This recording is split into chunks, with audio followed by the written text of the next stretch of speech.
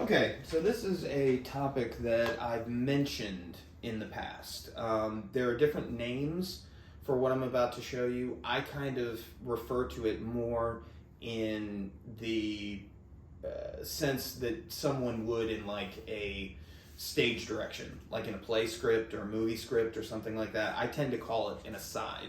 Other people will call it a non-restrictive phrase or a non-restrictive clause.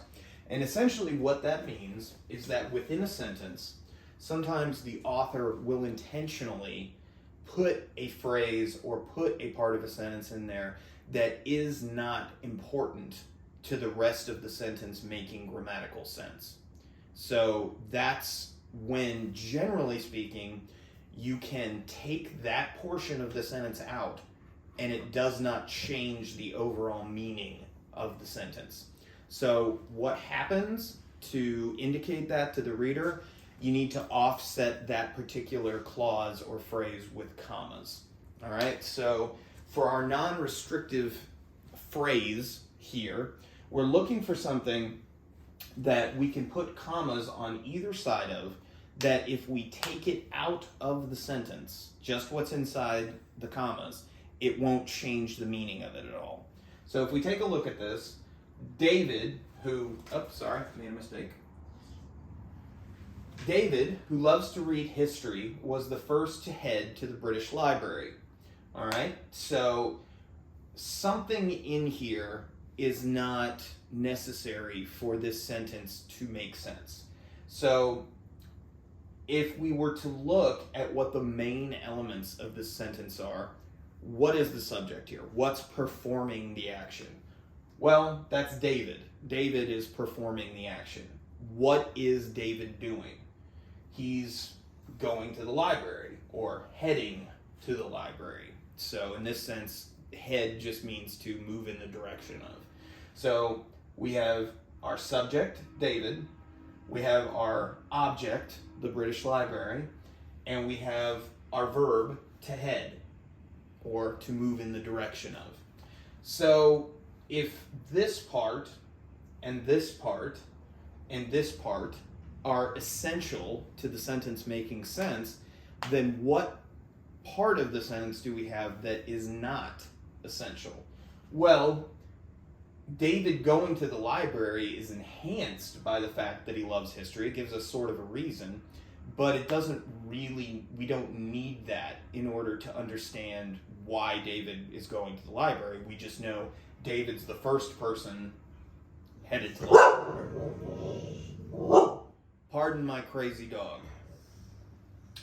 So, what we want to do is offset the sentence with a few commas that will in fact allow us to remove the portion that is unnecessary. So we know David is necessary, he's the subject. So we're going to go ahead and put a comma after David's name. Then we look at the rest of it. Who loves to read history, but we also need to have what exactly the verb is here. So we have to head, we have was. David loves to read history. So if we put it here, then we should be able to take out who loves to read history, and the sentence should still make sense. So let's try that. We'll just ignore that part. David was the first to head to the British Library. So was represents our main verb there. That's he was, or he is in the form of the verb to be in the past, the first to do something. So David was the first to head to the British Library. So that's a complete sentence. That makes sense. But if we want to qualify David as to perhaps why he was the first person to head to the library, he loves to read history. Well, as somebody who, loves history themselves, there's not much, other than a museum, there's not much better you can do in terms of reading about history than going to a library. So David, who loves to read history, was the first to head to the British Library. So the only thing we needed to do with this was to offset this phrase with the commas because it's non-essential to the meaning of the sentence. It does give us depth in terms of understanding why David would be the first to go, but it's not really necessary at the end of the day. It's just sort of a cherry on top of your ice cream sundae. So that is how you offset a sentence using a non-restrictive phrase. All right, so a non-restrictive phrase is simply a portion of the sentence that does not contribute to the overall grammatical correctness, but instead gives depth to the meaning of the sentence.